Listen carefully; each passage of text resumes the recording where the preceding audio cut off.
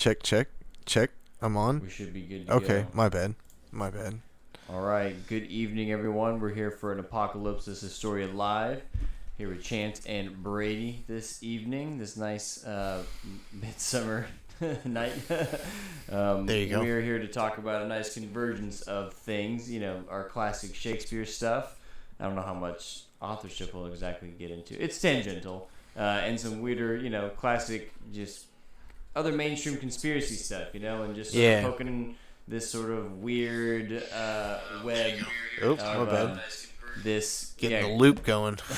This idea of why is Shakespeare always cropping up in a lot of the backdrop in so much of our culture, in a sense, Yep. So, but otherwise, we have all the lovely links down below in the description box if you want to come join our book club. Over on Discord, we just finished reading Julius Caesar. Had a heck of a conversation on that. We posted the video notes for that on the Patreon. So if you want to go get even more content, come support us. You can go check out the Patreon and see all the book club recordings we've done on there, or come join the book club at the secret Areopagus book club. I guess for a second, this was a good tangent because I wanted to make sure and make a note of this. We don't advertise him enough, but he's a nice little ace in our pocket now. David Richardson, if you're not familiar with his work, he's a big Mary Sidney guy. I'll just say outright, Brady and I are interested in it, but we don't 100% align or necessarily approve or agree with it. But David is so rich in knowledge. He comes from, very different angles than both me and Brady, who ourselves are kind of different angles.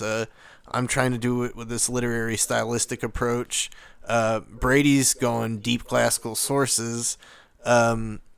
David's got a much more, I don't know, his whole thing is making hermeneutic interpretations, taking those hermeneutic interpretations and seeing how they intertextually align, what the wider conversation or discussion is at large in this era. Otherwise, we're, putting stuff in isolation and trying to, get an idea of what people are thinking about in this era, what they're talking about in this era, and then seeing how all these plays and poems and pamphlets are all conversing with each other, and then trying to hone in from there, which I think is an unbelievably sensible approach. So I just want to give a shout out to David, because you can go check out some of his stuff on YouTube on the Oxford Fellowship website. He has a whole video talking about how Venus and Adonis may actually be about Philip Sidney and may be written or from the muse of or from the mind of Mary Sidney. Check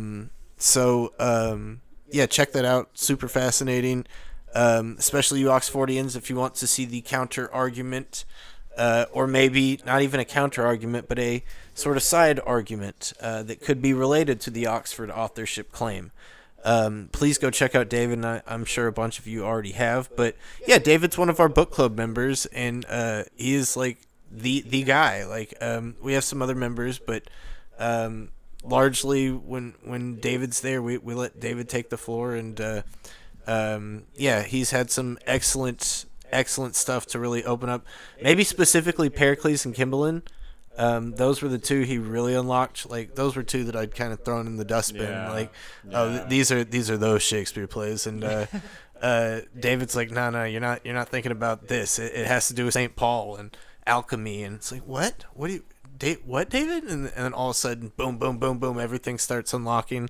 Cymbeline may be a lot a sort of throwback to earlier Shakespearean era, earlier Elizabethan era stuff, like late 80s romance, and that's why you get Cymbeline, Pericles, and Tempest, and Winter's Tale all kind of happening when you do. And so just super shout out to David, super shout out to James, super miss you, buddy, but when you're there, you were one amazing asset, and can't wait to have your deep philosophical take on Nietzsche and Jung especially, and Plato and all that sort of good stuff. So miss you, buddy. Super shout out. Also super shout out to Daniel Cowan. It's been great having a bunch of chats with you, bud. Can't wait to talk more about some of this Nash stuff, which maybe some of tonight we'll get into. And then, also a shout out to our source on Nash, which not going to say his or her name, but super thank you for that. And yeah, guys, stay tuned because there's going to be more discussion happening with Nash and DeVere with Bob Prechter's theory and people going forward with trying to sort of debunk or get beyond Prechter's idea of Nash. So stay tuned for that. I'm not going to say too much more, but yeah, I do think big things are in the machine happening, and it's not me and Brady. I mean, like, bigger people than us are going to start talking about this stuff, so heads up. Okay, let me see. Philip Baltimore said, can't zoom in, but I can see chaos. Yep, we will be getting into that text as well. David Smith, dude, you've been coming up with some crazy digging on that front. So Brady and I need to reach out to you via email and start getting some of this stuff because you'd come at me with the stuff about Walsingham and Edward II, which I find fascinating, and I think that's got to relate to some of the Marlowe Massacre at Paris stuff as well. And I know you've dropped a couple other Sydney family factoids. So yeah, find us later and we'll get in touch so we can start getting some of these links and documents that you got, because this is fascinating. I can't even begin to understand what that would entail and what that would mean. Sydney's Center Lost Son. But but for tonight's menu, we're going to be connecting a source that probably we're all used to using, especially if you're into reading Shakespeare. I love using this website because of looking for words or using as concordance or something. But Chance, this is something that you had pointed out to me some time ago, and each of us is sort of like, you more than I have kind of found there's even more weirder stuff to add on to this thing. So yeah, where do you want to start us off with this? Okay, well, and I guess I also want to give a shout out to Eve, or AKA Evie, because this is definitely gonna definitely go up her alley, because this is gonna dovetail on some of the stuff you'll see on the internet from Miles Mathis, which Miles Mathis, to some people's kooky internet crank, some people are like, I've never heard of him. Some people are like, he's a filthy CIA spy. Regardless of what you think, I find his ideas provocative, though I find that he almost never fully lands on the mark for my own taste, but I love that it gets my brain going, and I find that he's pretty good about doing his deep diving on documents and ancestry, especially ancestry. He loves tracing lineages and kind of saying, this person's related to this person, and kind of this corroborative guilt sort of thing, which if it neither here nor there, but we will go into some of that kind of stuff tonight. Okay, so we talk about Shakespeare on this channel. Super shout out to Shakespeare. He's great. Love him. But how do we all get to read Shakespeare? How do we get to look up Shakespeare? Why do we have it? Well, we have it because we have prints of it that are upkept and upheld in museums and universities and places like that.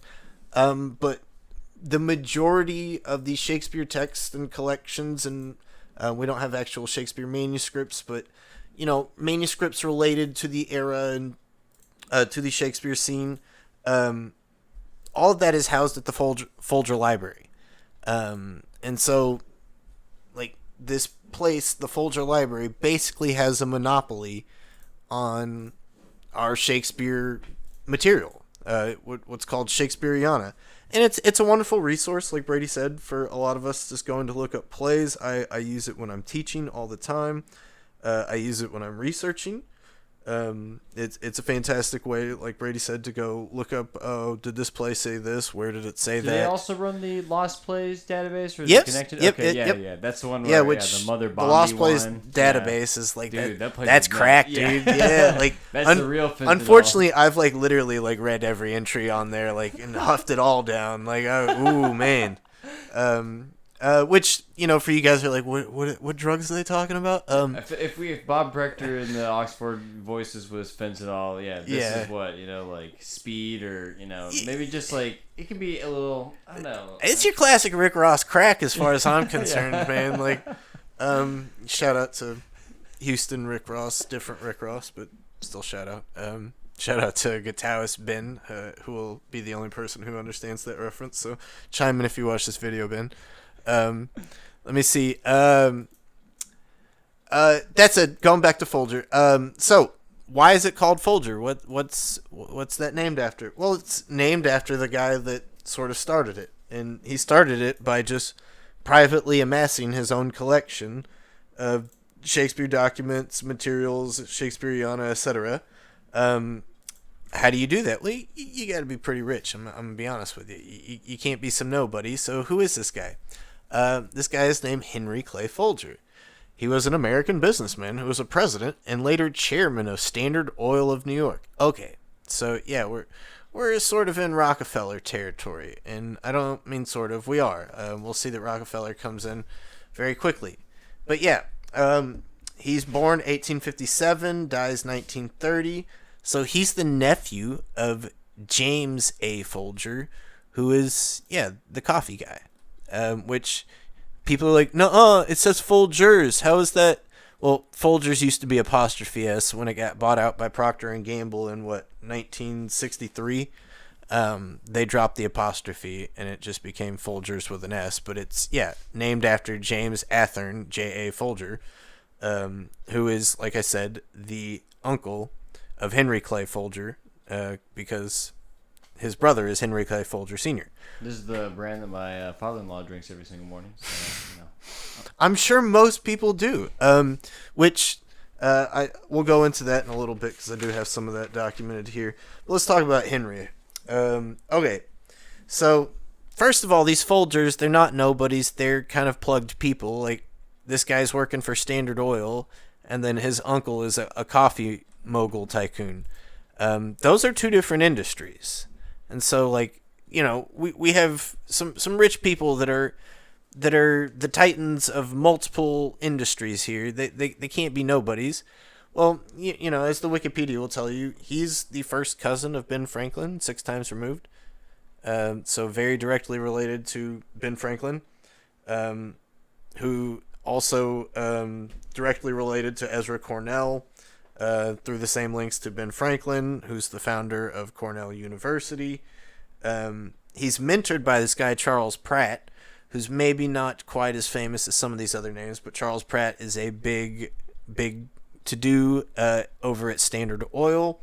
And Charles Pratt is sort of considered one of the pioneers of the petroleum industry because he is one of the people that helps figure out how to switch off of whale oil towards petroleum oil and how exactly to augment that process and get it going. And he's sort of one of the visionaries in making that happen, which we're going to see, oddly, that's like one of the large themes in tonight's whole discussion is the switch from whale oil to petroleum oil. It's weird. It's weird, but honestly, it should feel timely because we're in that whole same discussion now, switching from petrol to greener alternative energies, or at least lithium battery energies. So we're going through a lot of that same kind of discussion here and now in these times. Okay, let me see. So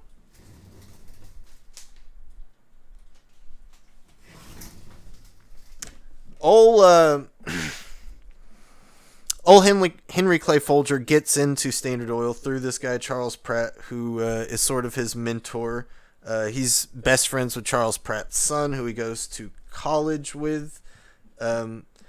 Charles Pratt is definitely not just some sharp businessman. He's also a big time, blue blood social figure because he's one of the ones that founds Glen Cove, Long Island, which is still today one of the most affluent neighborhoods in America. People like Jerry Seinfeld and Robert Downey and stuff like they live there. Okay, so Henry Clay Folger goes to Amherst with Pratt's son, Charles Millard Pratt, or Charles Pratt Jr. Apparently, and this sounds like ballyhoo bunky bunk bunk, but yeah, you can quote me on that. He paid his way through college by writing essays and winning essay contests. Henry Clay Folger did. And it's like, well, he didn't have to pay his way through college. Like, I mean, I'm sure that wasn't an issue for the Folger family. Like, his uncle's off starting and founding and making the Folger Coffee Company, and this guy's got to pay his way through college, which apparently he was able to do through essay contests. What essay contest now could possibly get you to pay through college? That's crazy. But times have changed. But Henry Clay himself says that there was a Shakespeare-related essay contest, and that's what got his obsession with Shakespeare going.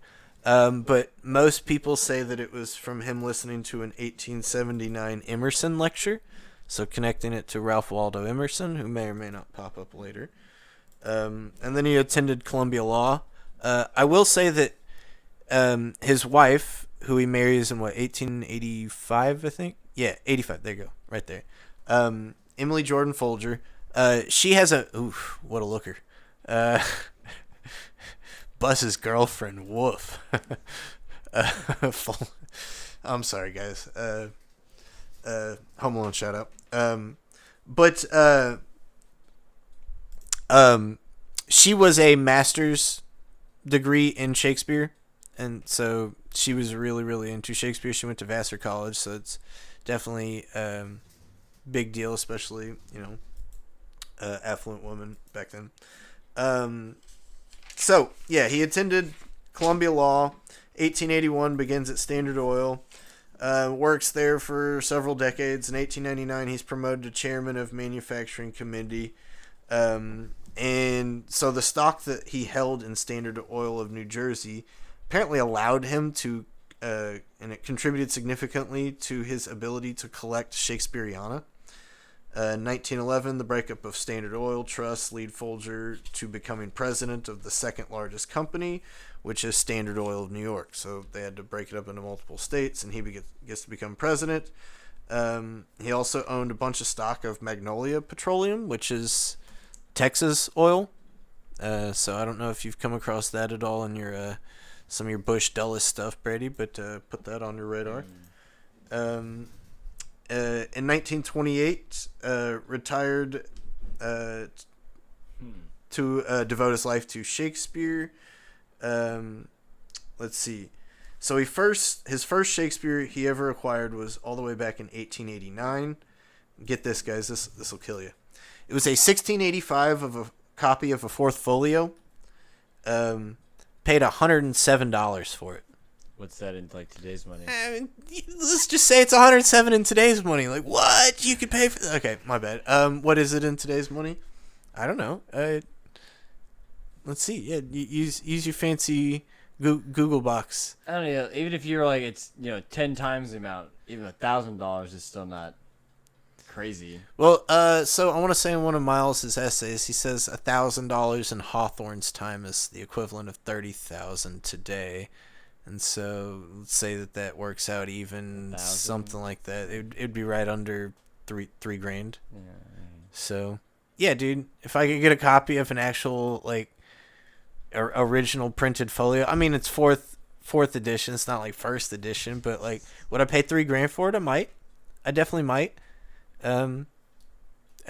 You can't now. Nobody's gonna sell you one of those for $3,000. I don't have $3,000 to spend, but if I had $3,000 to spend, yes, I would do it because I could flip it for $100,000. David was joking that he was eyeballing one on I don't remember what auction site, but it was before book club. And he's like, I'm watching it, but oh, it was funny. But okay, yeah, continue. All right, so we're still on old Henry Clay Folger. He got his first folio in 1893. They don't have the price of that. Interestingly, he preferred things that he called imperfect copies, things that had smudges, annotations, misprints. He thought that there was personality to it, thought that there was some kind of mystery in them. He also preferred early editions, so if he could get, the actual first printed stuff that's coming out in, 70s onwards, that's what he wanted. 1570s up to the 1610s.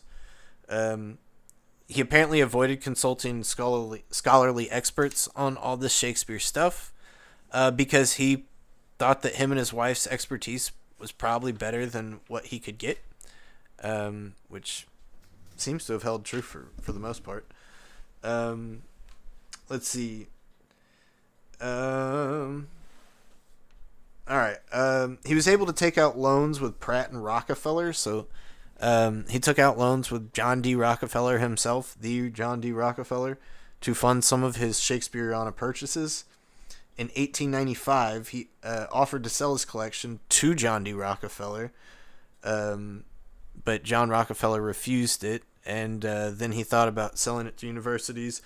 Ultimately didn't, held on to it, and then him and his wife sort of built up the secret dream of making a library for it. And then once he retired, he was able to go forward with it. And let's see, he decided on DC in 1918.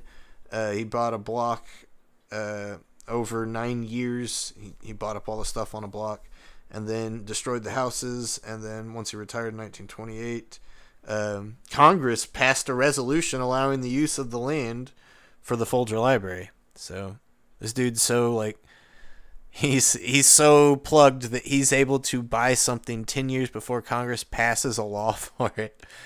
And then that was built in 1930, but then started to be built in 1930. He promptly died, but he got to see the cornerstone laid.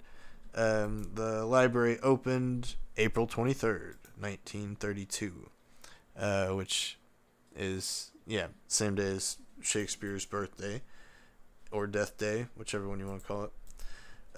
Okay, so let's just talk about the Folger family at large here for a second. So clearly this guy comes from plugged money, but what are the other connections that we have to work with? Well, we talked about James A. Folger, the founder of the coffee.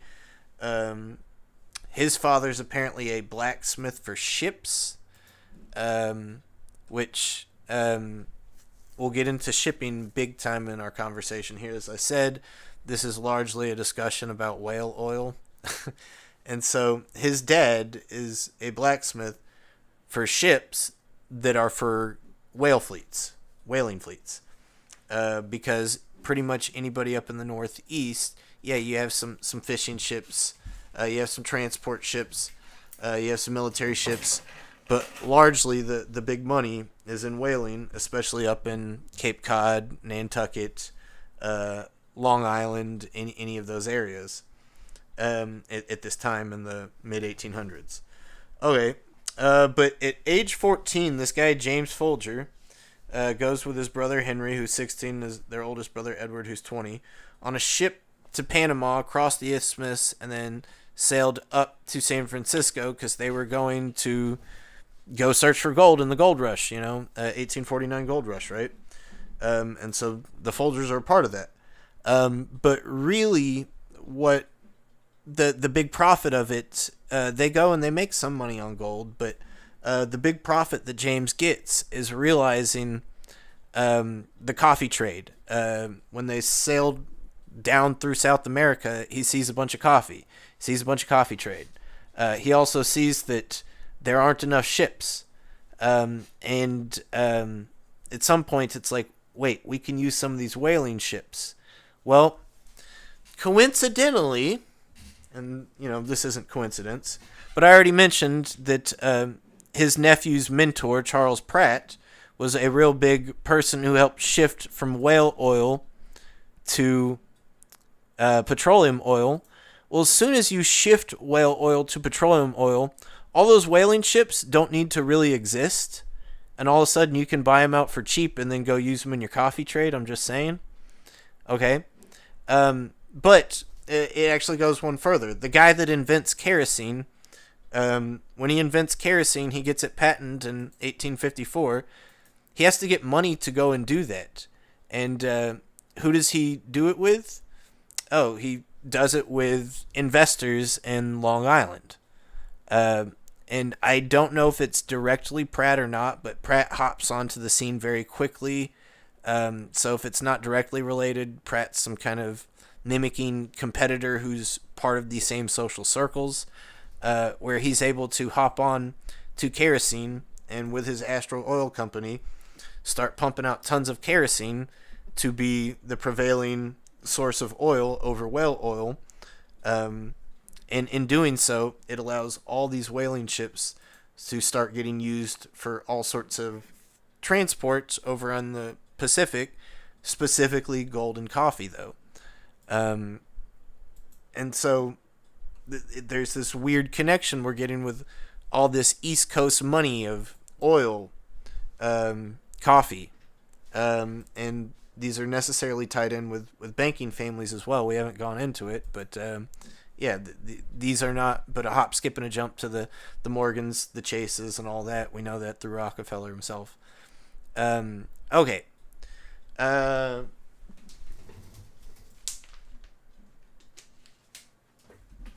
Everybody with me so far? Okay, let's see. So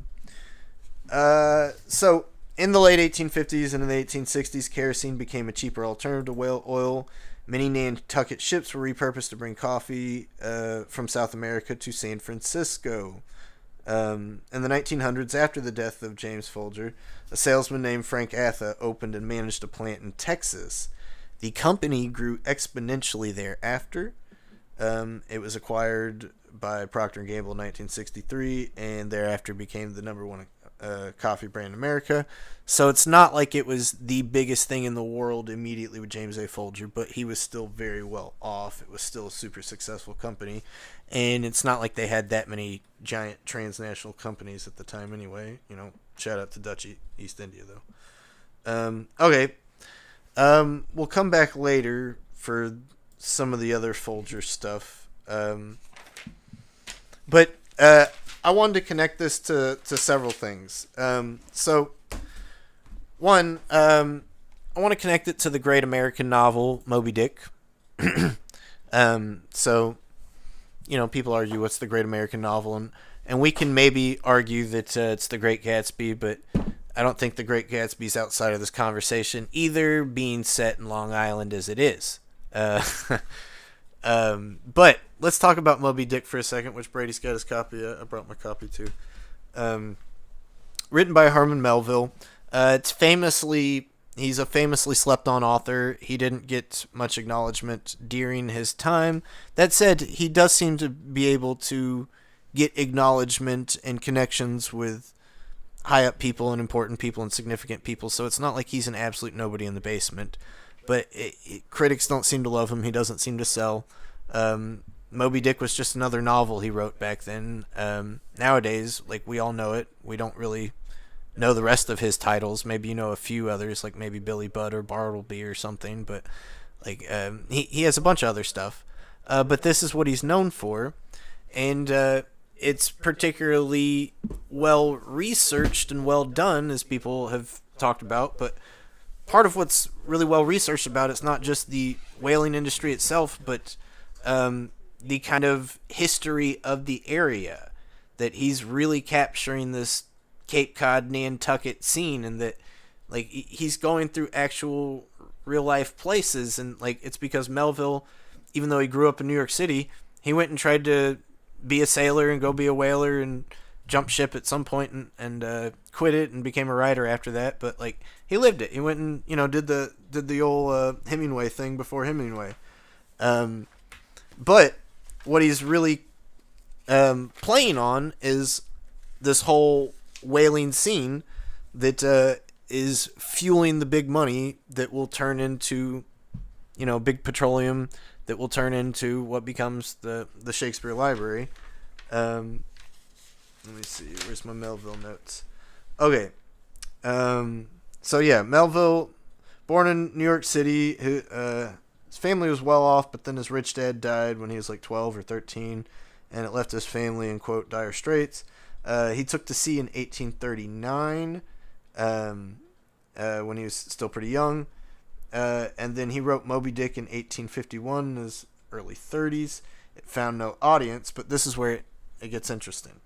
So Melville met with Nathaniel Hawthorne in 1850 to show him about a half-finished manuscript of Moby Dick. He was deeply impressed by Hawthorne, whose Mosses from Old Manse, I believe that's a story. Melville thought that he had captured something Shakespearean, and that Melville compared Hawthorne to Shakespeare, said it was cosmic in its Shakespeareanness. And so he actually dedicated Moby Dick to Hawthorne. I did not realize that. And how's that relate to the whole story as a whole? Well, Hawthorne's super important for Shakespeare authorship questioners as a whole, because he's the one that helped get the big singular, like, groundbreaking text out there. It's Delia Bacon's God bless, what's her text called? The Philosophy of the Plays of Shakespeare Unfolded. Thank you. Which we've covered her plenty on this channel. Yes. And yeah, it's a giant monumental 1,000-page text of rambling schizophrenic nonsense, and/or it's the most groundbreaking thing that's ever written. And like I said, and/or, not just or.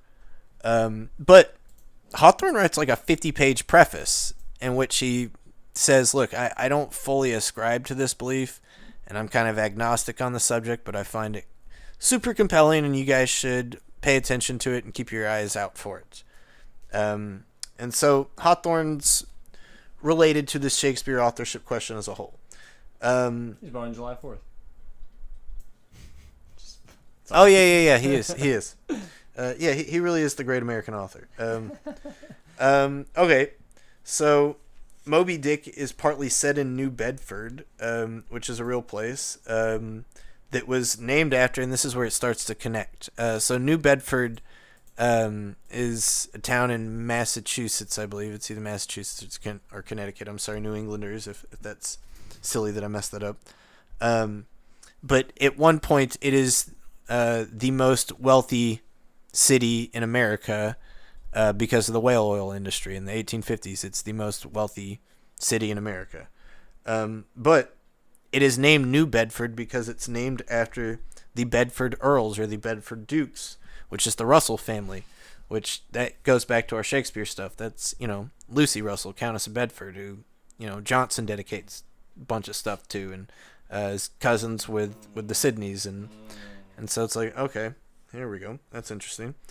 But yeah, not only is it, this real place that was really significant, yeah, Melville makes sure to capture that in his thing here. New Bedford's also apparently one of the first centers or hotbeds of abolitionism. So, shout out. And let me see. So, Hawthorne himself is also of this sort of blue blood Massachusetts family that doesn't necessarily go back to whaling, but it is related to people who are related to the whaling stuff. So, Hawthorne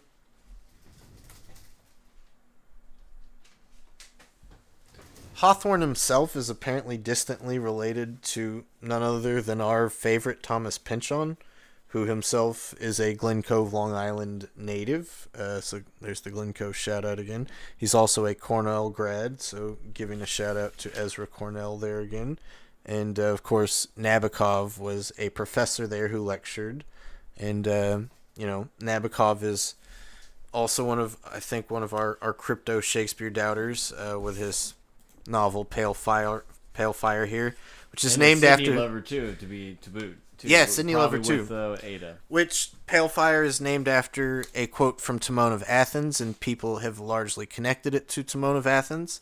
Timon of Athens was Melville's favorite Shakespeare play by far, and that's what he was trying to capture specifically in Moby Dick.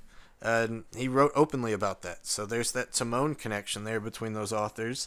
And we've already talked about, Pynchon and has sort of toyed with his words. Maybe I tortured it, but yeah. Yeah. We're like, hey, is this a sort of Shakespeare authorship question joke? And Shakespeare, who's he? time? Yeah. Yeah. But since we're talking about all these, Crying of Lot 49. Yeah, we're talking about all these authors. Okay, and of course we know Thomas Pynchon befriends Richard Farina, who's himself an author and singer, who is deeply, deeply connected with Bob Dylan. So that's just a whole nother tangent that, if anybody's wanting to ever go down that road, there is a connection there to Bob Dylan. I'm not a Bob Dylan fan, so we're not going down that road.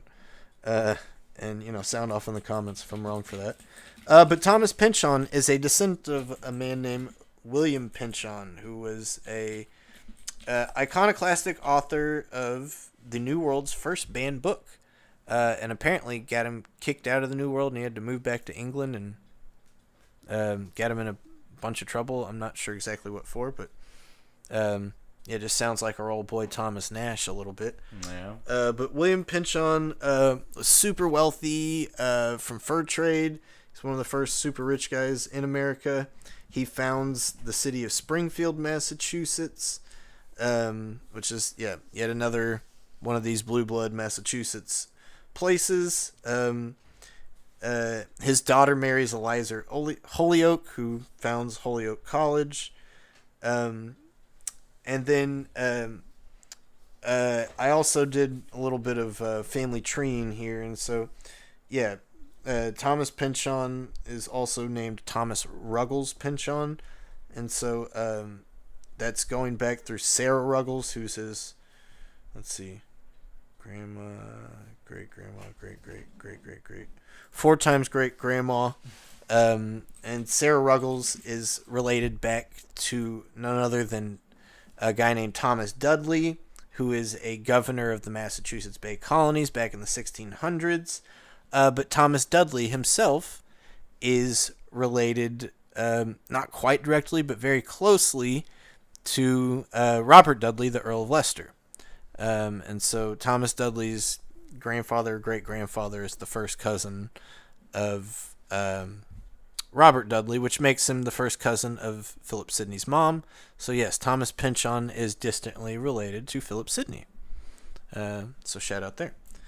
But this is like where we do we need to pause here and this is where you need to chime in. Yeah, I'm just kind of relaying this stuff, and that's okay, and that's fine. No, this is not okay, right? This is the point that we've been sort of talking about. It's no way, guys. Yeah, not to. Yeah, I love right consciousness and he's wrong and all this, but it's if you want to be the great, you gotta go prove that you're related to the light bulb Pop-Tart maker or something, some great American invention or something, right? Yeah. Unless you got some real, clout, nah, you're not making on this bookshelf. Yeah. Like Thomas Pynchon, unless we just found out oh yeah, maybe he's related to one of our favorite Shakespeare candidates, but at least someone in the aristocrat Shakespeare scene, right? Right. I mean, Sidney's known. I don't have to not vouch for Sidney. He's known for his literary merit. So I don't have to necessarily say Shakespeare. Sidney himself has enough to go, to claim. Right. Claims, so. And we've brought this up before.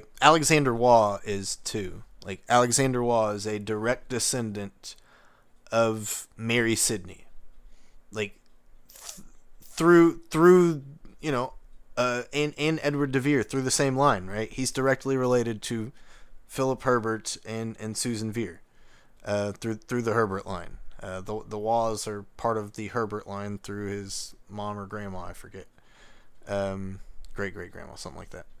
And so, these people are related. They are well off, and it is well known that the Waughs are this aristocratic-leaning family. They're open about that. Alexander is that's all he wrote about. Thomas Pynchon, is a little more tongue-in-cheek about it, and he's a little more dry and cutting edge. But yeah, he is this, as much as he's this no-name American guy who's not the Prince of Monaco or something. He's not the 6th highest ranking person in England. He is still well-to-do blue blood. He's not some, blue collar, yeah, just, Shakespeare, quote unquote, right, background, right. Bare minimum education. Yeah, the Cromwell butcher's son thing, you're just a butcher's son, New York accent. That's horrible. Go watch Wolf Hall, people. Mark Rylands hit us up for the I need to the get me advertisement. a Holbein shirt, which I do want to give me a shout out. All right, Brady. Who drew this on my shirt? Who am I wearing? Oh, I didn't know who it was before, did I? It's not Caravaggio. Nope. I don't know then. You're not far off. I'm gonna just give you a hint. Ninja Turtle. Titian. Titian, there it is, the fifth Ninja Turtle himself. All right. Everybody, this is Sisyphus by Titian. So there you go. His headband is salmon colored. Salmon colored, dude. That's perfect. That's perfect. I was thinking about that. Need to get me a shirt with that. But yeah, shout out to you Oxfordians and your Titian, Venus, and Adonis theories. So give you some love there. I was gonna wear my Durare shirt, but I thought that would lean too Baconian, so I'm gonna do that next one. Okay, all right, my bad. I just wanted to give my T-shirt a shout out. And it's here's the thing. So a lot of this research, I did a lot of this like 4 or 5 years ago, and I've forgotten a bunch of it. And this is Brady and I, like, this was one of the things we were like gonna drop on the channel when we first like made the channel, and we just like never got around to putting it together, and we thought we were gonna make one of those big edited videos, and we just never could because it was always spiraling, and at some point like it wasn't even talking about Shakespeare authorship when we had to go do the actual Shakespeare authorship stuff and go start reading our Nash and our Webster and yakety smackety, and we had to kind of leave our modern day conspiracy talk. And some point though, Brady was like, dude, we got to come on the live stream, got to talk about something. It's like, let's pull this out the pocket. Like it's time. And as I was going back through this, I was finding stuff that I never found before, but there were also a few cases where I was like, no, there was a connection there that I had and I don't have it anymore, and I can't remember what it was. And so there was some connection to John Jacob Astor, who's like the first, millionaire, billionaire dude in America. Not just super rich, but like, ungodly rich, like Elon Musk, Jeff Bezos kind of stuff. But I couldn't find what the connection was. However, there is a weird tangential connection that I found because I was looking for that. So in Thomas Pynchon's novel Against the Day, between pages 97 and 118, he has these weird references that are clearly referencing Nikola Tesla. Oh yeah, see, Brady's got it. I didn't have it on me. 96 to 97? 97 through 118. Oh, okay. And what does he talk about in there? Nikola Tesla and his labs in Colorado, and ultimately that the funding comes from John Jacob Astor. Yeah, it's talking about July 4th of 1899. Oh, wow. Weren't we just talking about those dates? And Yeah, that's Hawthorne's birthday. He'd be dead, but... anyway. Yeah. So that's that section. It talks about that. Yeah, Tesla's funding comes from John Jacob Astor, and so at some point that's just Thomas Pynchon dropping his ancient knowledge of elite money transfers. But John Jacob Astor, that very same John Jacob Astor, famously died on the Titanic. But that same John Jacob Astor, and this is something you can pull up, Brady. He wrote a book called A Journey in Other Worlds, which people have cited that Pynchon has like quoted from or influenced Pynchon to some extent. It's by John Jacob Astor? Himself, yeah. The fourth, yes. Not the first. The first is the super rich original tycoon. Yo, dude. Yeah. I don't think any of my ancestors got a photo like that. No. No. What was the name of the book? Let's see. A Journey in Other Worlds. Okay. Yeah, there you go. Science fiction novel about life in the year 2000 on the planets Saturn and Jupiter. Included patented several inventions, including bicycle brake. All right. vibratory disintegrator. I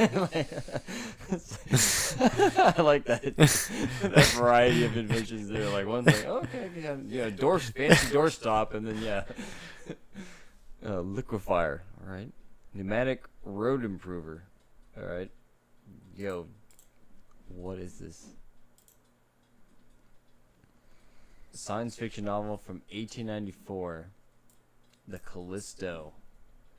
Going straight up.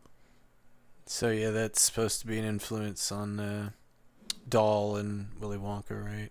Yeah, right. Yeah. Mastodons on Jupiter, dope.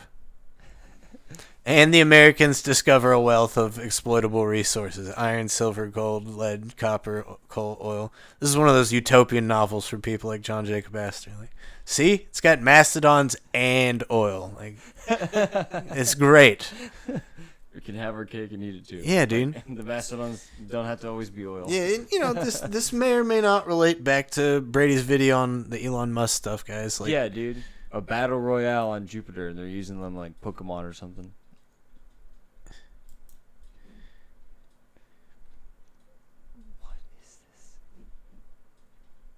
But yeah, so sorry guys, we can get sucked into this, like, but yeah, like this is a 470 page, like, maybe this is weed. This is not crack or cocaine. Yeah, this is just weed. Like, yeah. We're just like, what are we looking at? Yeah, nice, cool, man.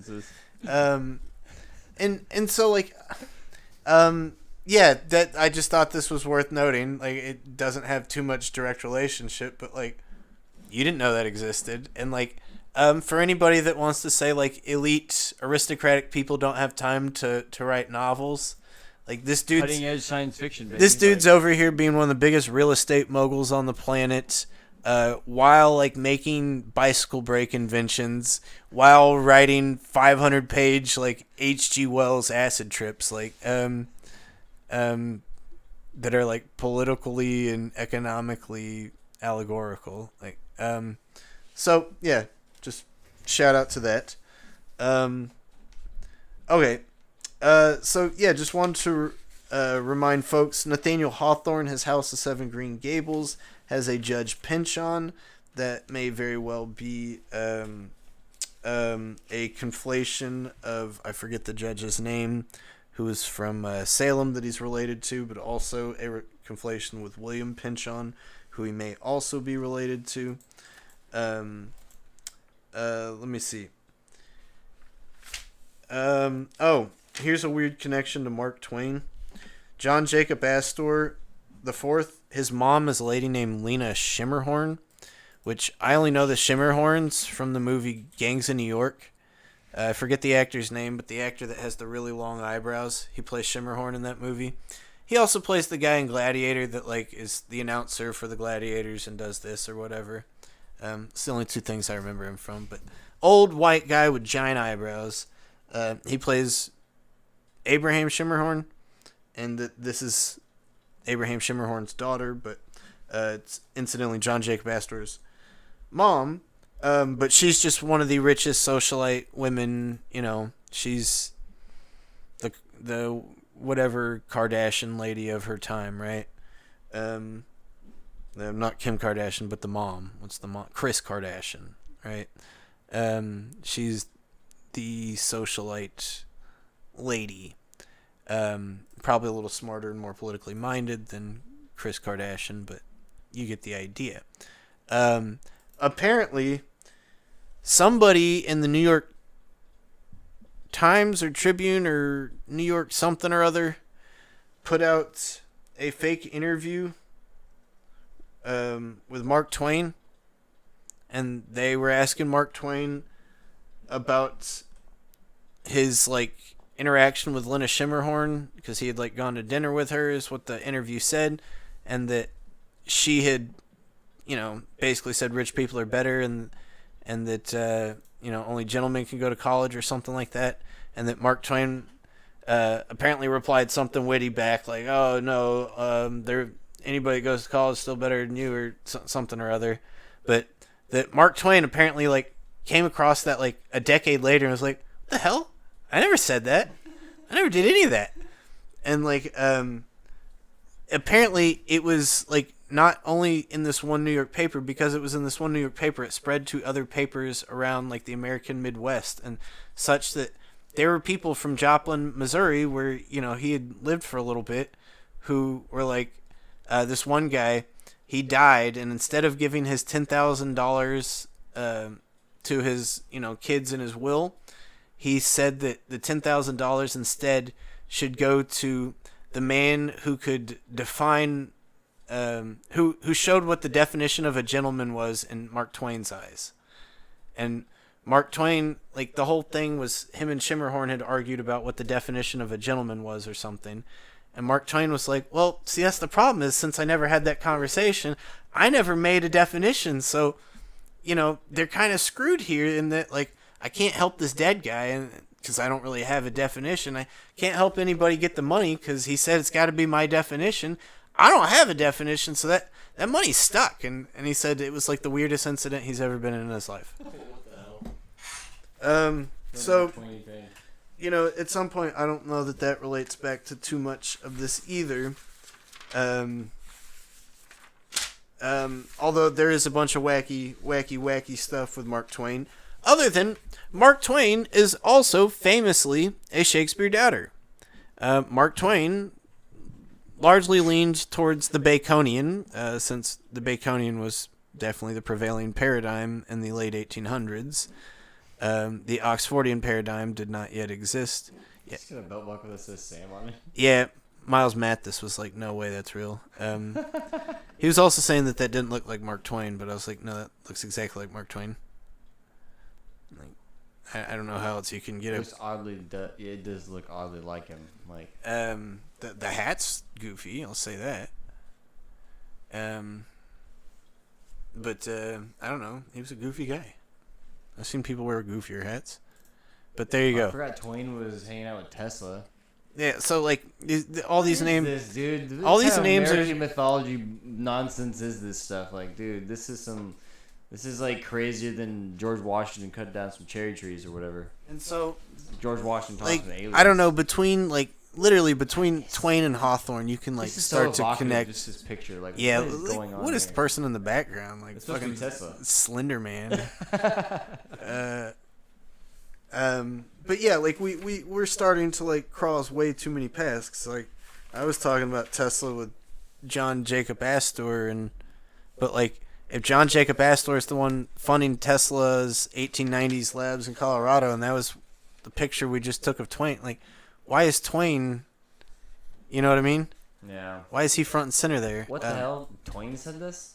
The report of my death was an exaggeration. You know where that's from, right?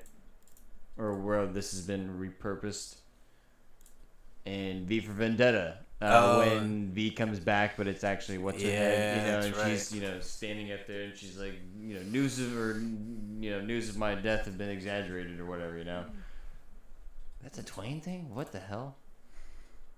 Yo. Yeah, I mean, Twain's just a hole of rabbits, just a whole hole of rabbits.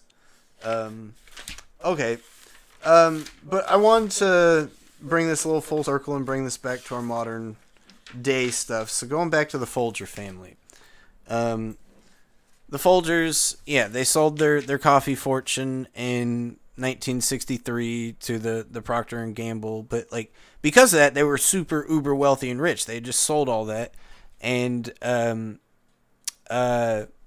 the girl that was supposed to inherit it, or that did inherit it, is a girl named Abigail Folger.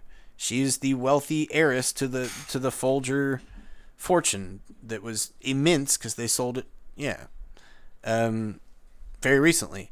So Abigail Folger, what happened to her? This is the original. If you guys newspaper. know the name, then maybe you were already ready for this. If you don't know the name, then I'm gonna have to sit here and spell it out. Monday, August 11th, 1969. San Francisco society circles were still in shock today over the death of Abigail Folger, the pretty heiress slain in a mysterious weekend massacre at Bel Air. This is what we now know is part of the Manson murders, guys. Let's see. Oh, that's Tate's dead.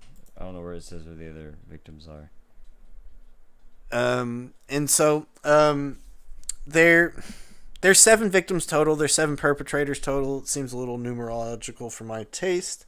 But one of the victims is Abigail Folger. One of the victims is Sharon Tate, who was somewhat prominent actress, very good-looking model-type actress, in her 20s. She was married to a famous director of the time, somebody who's still famous now, if not just in a sort of notorious, infamous way, which is Roman Polanski. Okay.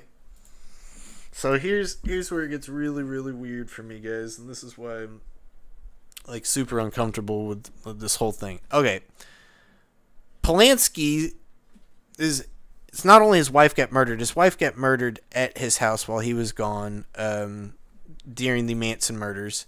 The Manson murders are known as something of a satanic cult that was trying to perform a sort of ritualistic murder. Well, here's the thing, like, Roman Polanski just finished making a movie about that crap. Like, he had just finished making Rosemary's Baby, and if you've seen Rosemary's Baby, it's all about the hidden cults that exist. That it's also like the husband of Rosemary. He's literally like an actor. Like, he's also involved with like Hollywood and films and stuff like that, or like news anchorage, or I definitely want to say it's media and like entertainment focus. Yep. So it's like literally even further meta commentary. Like, that is what you're watching. So and like. So, like, that bothers me, but then, like, okay, just a weird coincidence. But, like, I'm just saying, if your loving Hollywood wife just got viciously murdered in a public satanic ritual, like, maybe you'd stop making movies for a while, or maybe your next movie might be something about loss or mourning, or maybe you'd even try and move away from that, make some fluffy kitty unicorn movie, just like, what does he make? No, he makes fucking Macbeth. He makes Macbeth. That's how he follows up his wife's murder, is Macbeth. About witchcraft and murder. He follows up his wife's witchcraft murder with a movie about witchcraft and murder. I don't care what kind of artist you are. That's beyond catharsis. That's fucking sick. That's weird. It's always bothered me that his movie subjects are what happened to him in real life. That's never sat okay with me. But this is where it starts to really get uncomfortable for me. What's maybe the most famous quote about this whole scene? What's the most famous thing? If I say Charlie Manson, what quote comes to mind? Oh, you going the thing I told you? Yeah. Oh yeah. Right. Yeah. Let's see. I was gonna see if they have it on here. I bet they may have a picture. Oh wait, I may have to go to this one actually. No. And I mean, you guys. Yeah. Sorry. Thank you, Lauren. Yeah. Sharon was not only murdered. She was murdered with an 8.5 month pregnant baby. Which is like, dude, Rosemary's Baby, it's about a baby, and like, Macbeth is literally about a family that lost a baby. Like, what is it? Nah, dude, it's not okay. Okay. So maybe the most famous quote is Helter Skelter, right? Like, if any of you guys know anything about the Manson murders, and maybe some of you guys that don't, you've heard the term Helter Skelter. And it's largely in our conversation today because of the Manson murders, but that phrase has existed before Charlie Manson used it. Obviously it's a Beatles song, right? It's a Beatles song from the White Album, which the White Album is apparently like, it's not just the Helter Skelter song. The whole White Album was some religious experience for the people in the Manson family.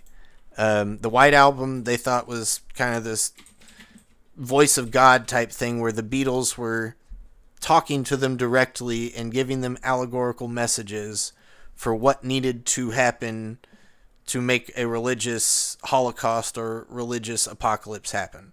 and that those were what God intended and prescribed, and this was the necessary flow of natural events, and that they were just sort of catalysts. And they got this message beamed in their brain from the Beatles album, and it was, Helter Skelter was maybe the peak song that they paid attention to mostly, but it was the whole White Album.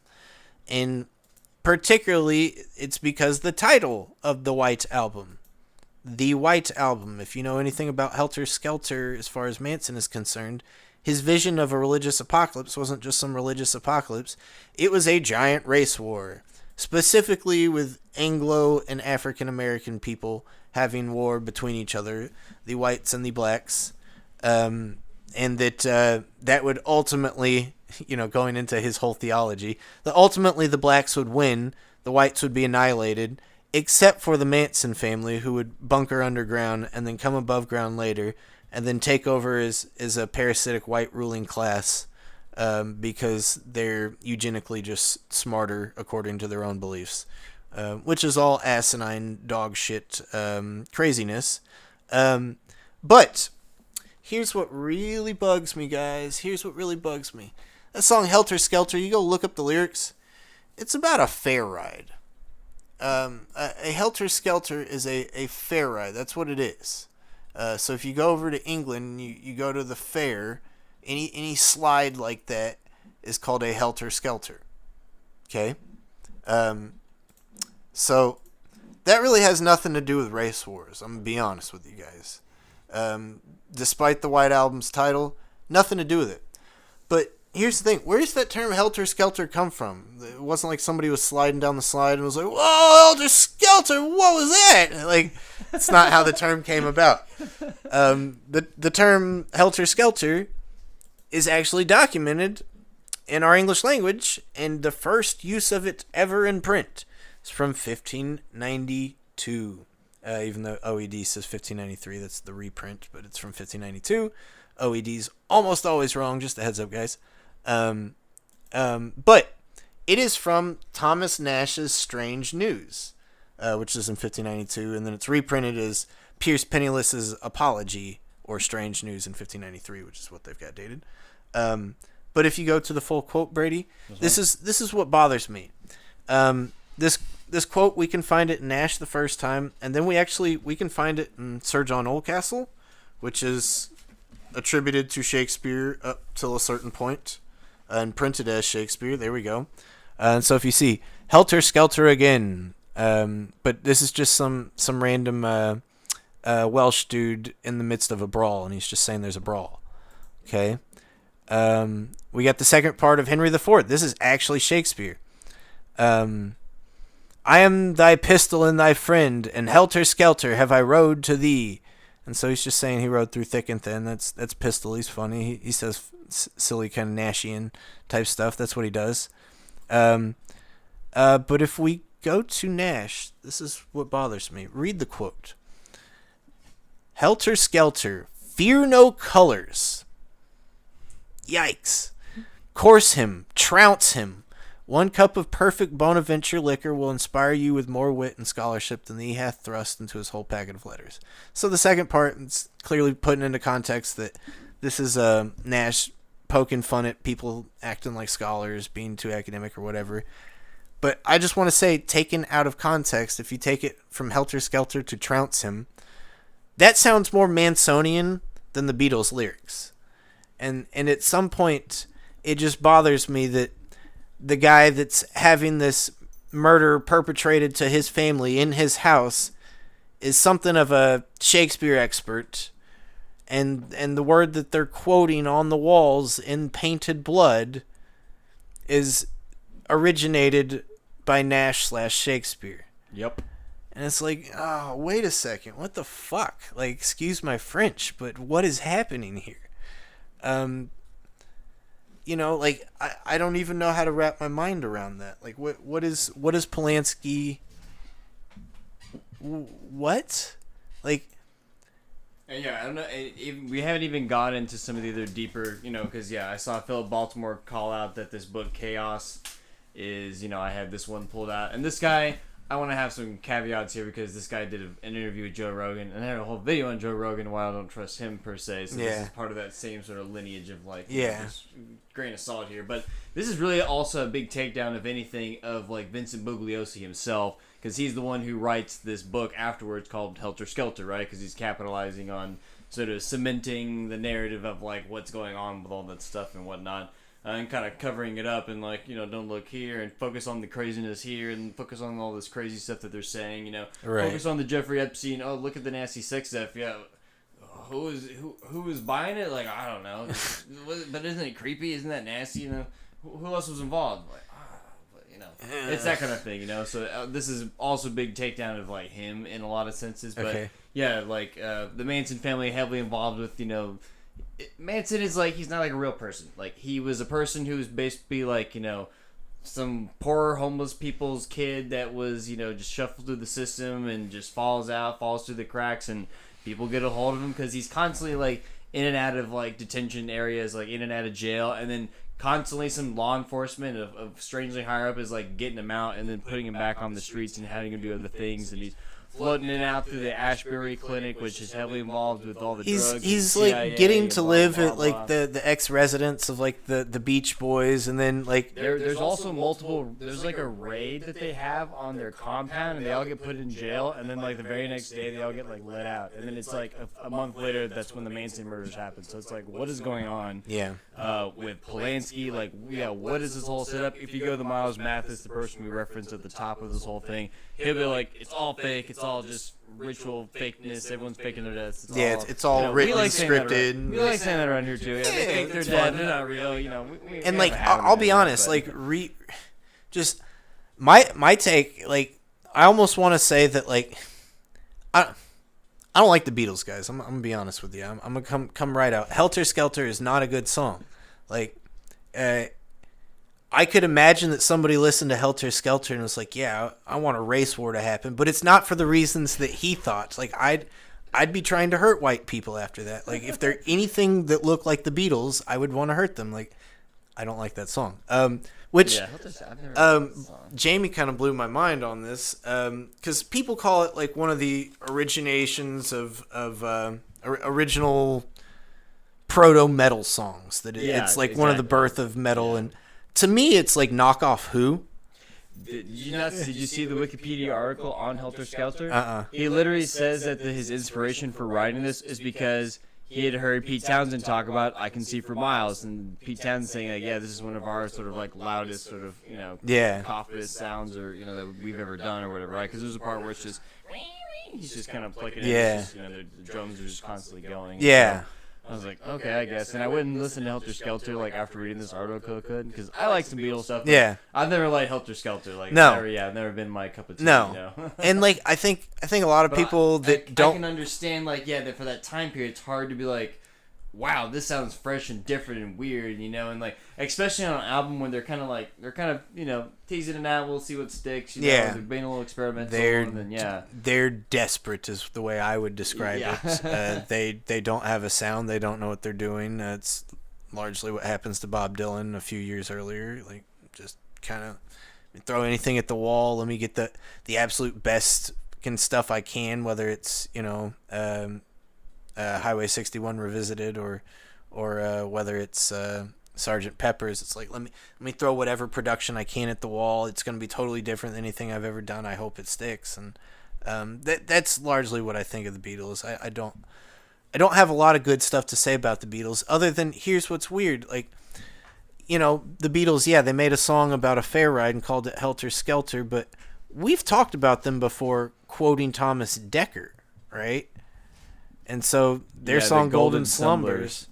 And so it just, like, we also have a video that says Nash may have become Dekker. And so now I got, like, the Beatles, like, if that is true, I got the Beatles quoting the same guy twice, right?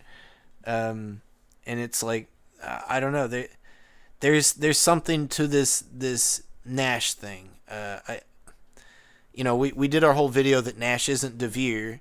Whoever Nash is important. I do think that that's super true, because You know, I mean, everyone else thought he was important. They like using all of his lines. You know? yeah, like, well, a month or two back, Brady will remember this. Mariana had a few different videos where she was kind of doing some diving into the etymologies or the coinages of words, and there was one she had in a video saying that John Florio was the one that used pantaloons, which is where our word pants in English comes from.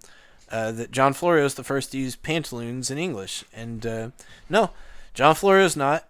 Neither is Shakespeare. Shakespeare used it. Florio used it before him. Who used it before both of them? It was Thomas Nash. And it's like, oh, okay.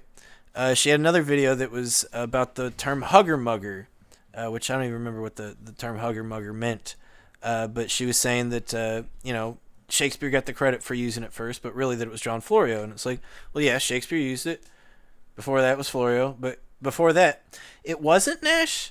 It was Gabriel Harvey saying it to Nash. And so it's like, all right, either way, like, I'm just saying, like, at some point, there's this weird gravity to, some of these Latinate words, maybe some other authors we can look at, but like words like helter skelter, that's such a Germanic sounding. It's almost very Scottish, like helter skelter, yeah, or something, And like, I don't know, with the K in the skelter, it's got this Dutch, Decker kind of thing going to it too, and maybe there's nothing there. But I don't know. Like Nash is like, he's really good, guys, and it's like, reminding he's really me, really good. It's kind of like we're saying here is that Shakespeare will get a lot of credit for saying it here. Other people, like a Florian, be like, no, Florian used it, but we're still sort of saying like, it's still this early '90s or late '80s like pamphlet word weirdness and stuff going on, and like it's when stuff starts getting really print boom. It's like when this print boom happens. And just wondering, like, because we just read through Julius Caesar, and I was just noticing multiple just famous phrases that are common phrases we use in English or that have a lot of cultural recognition or whatever, right? Like, cry havoc, like let loose the dogs of war, right? Yeah. Or the big one that we talked about a lot was it's all Greek to me, Yeah.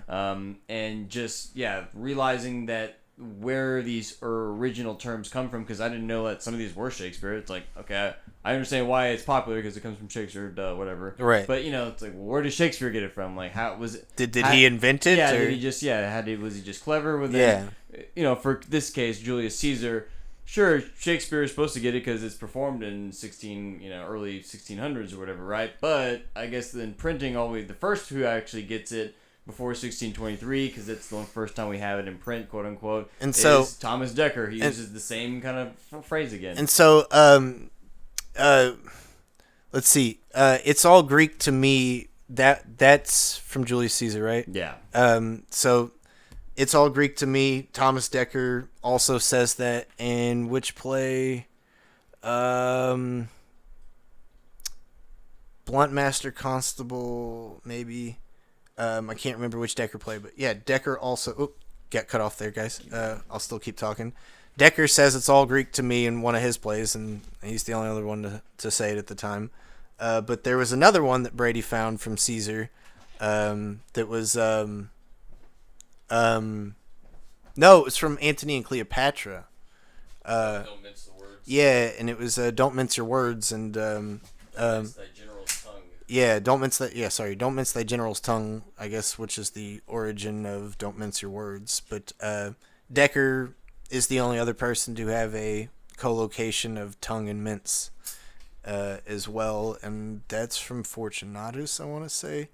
I need to go look these up and make a video about it. But Dekker does seem to be popping up, and it's not necessarily us trying to push Dekker as Shakespeare, but Brady's just pointing out that there's this weird phenomenon with giving credit to people with our whole kind of thing on dating. So, like, let's say that we're arguing about who says it first, Dekker or Shakespeare. Well, Dekker says it in a play in 1602. Well, Julius Caesar's supposed to be performed in 1599, right? But Julius Caesar's not printed till 1623. And so, can we say for certain whether or not that line was in it, or whether or not that line is a rewrite after the success of the line from the Dekker play? Or is Dekker putting it in his because he is remembering it from seeing it from the Shakespeare play somewhat recently. You end up doing that, and I'm saying specifically Decker here, but I've had this conversation many times with some Florio folks about this is where it gets hairy with trying to date coinages of words with Florio and Shakespeare, that so many words Florio coins or uses for the first time are in his dictionary in 1613, or even in the earlier version of 1598. But there are Shakespeare plays that we see him in 1623 that, they're not printed until 1623, but they're supposed to have performed either before 1613 and or before 1598. And so it's like, is Florio hearing that word from a Shakespeare play and like, I gotta add that to the dictionary? Or is it that Florio's got that word from Italy, brought over, has it in his dictionary, and then is buddies with Shakespeare or co-writing Shakespeare or whatever? I'm asking because I think it's open to question, but like that's where it gets super perilous, trying to differentiate between who is the source and who is the sort of borrower. What do they say in the attribution circles? Debtor and borrower. I believe is how it works. Maybe those are the same thing. I forget the terms.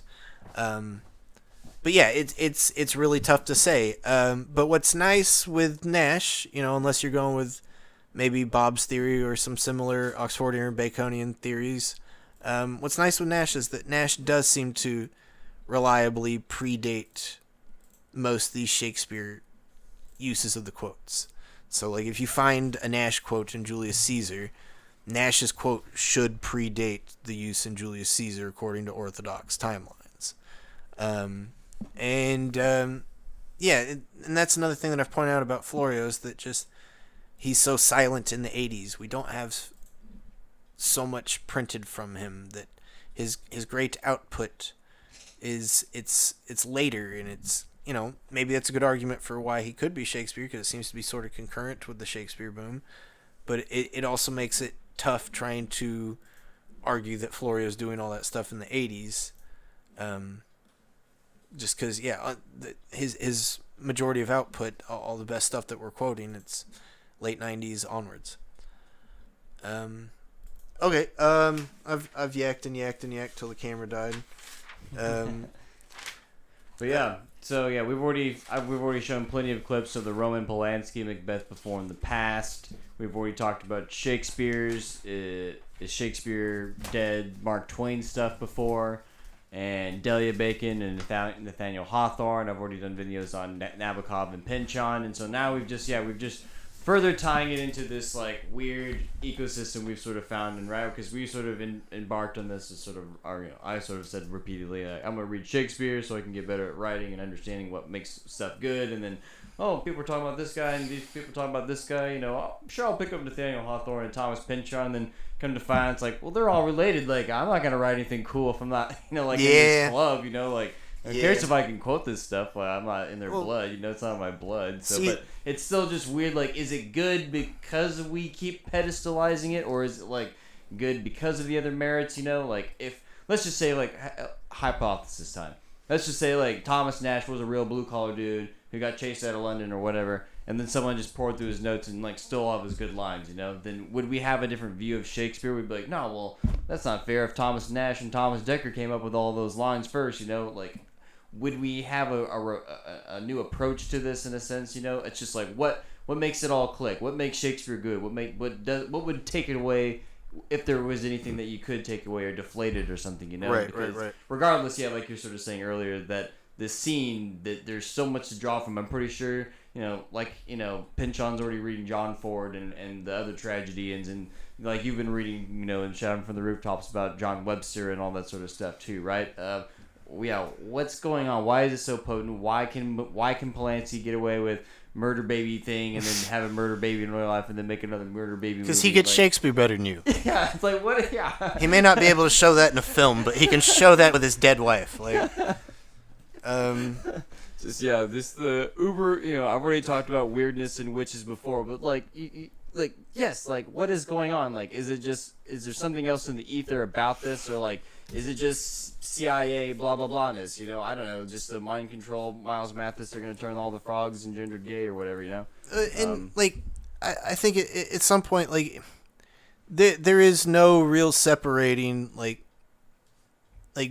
big money arts, literature, and intelligentsia. Like those are all, you know, sort of the same kind of power networks that are working, and like, you know, like, so just like, you know, act accordingly would be my 2 cents. Like you know, you can like go Amish or Quaker or something, but like, I don't know, according to Miles Mathis, like those are the worst of them. Like, Quakers, don't get them started on them. Not even joking, apparently. But like, my 2 cents is like, yeah, if you're not plugged up like some Hawthorne or, you know, some Sydney or Waugh or Pynchon, you're not some blue blood, or you may not get plugged. No, you may not.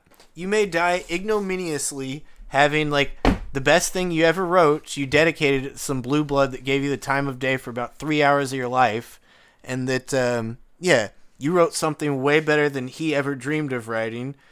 Because you didn't get accolades on that, you changed up your style, wrote a bunch of bull crap that, yeah, okay, and everybody, oh, he wasn't good, and this is why he's not famous. And but then, yeah, like 50 years later, those same blue bloods come and dig your corpse up and start shining it to the world. Like, that's what you can hope for. Like, that's what I'm hoping for. I got my fingers crossed. Like, I've sort of joked, yeah, I've already got the Thomas Nash in the name, you know. Yeah. I could be related to the guy who married Shakespeare's granddaughter or something, you know, like we got fingers crossed. But I've sort of joked that, yeah, I've got Peralta on my other side, you know, so the pressure's on, you know, I'm a... Be weird. We proved that you are related to the Stratford man and the real Thomas Nash, and then go buy my poem book, everyone. And then we proved that it's like, but they're actually DeVere and Sydney, so I'm related to the guys that aren't talented. Related to the frontman, yeah.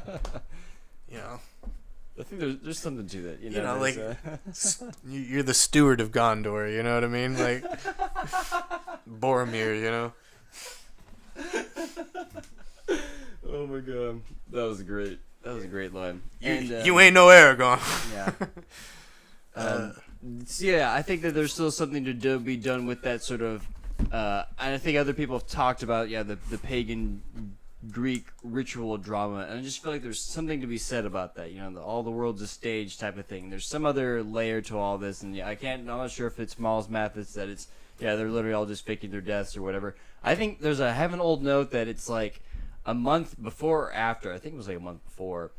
There was another colonel, because, you know, Sharon Tate's father, one of the people murdered in the Manson murders, right, the main one, Polanski's wife, her father was head up in military Navy intelligence, okay? Mm-hmm. And it was like a month before, or maybe it was like a month after, someone on an equal level as him, you know, pretty much same rung in the military, his daughter and fiance or friend were also killed in a home invasion. She was like also pregnant or something like very eerily similar that happened, you know. So it's like another high up Navy intelligence dude, has another very similar set of events, and it's like, what the heck is going on this? And I wasn't able to scrounge up that note. It was quite a while ago, but I was like, whoa, this is pretty bizarre.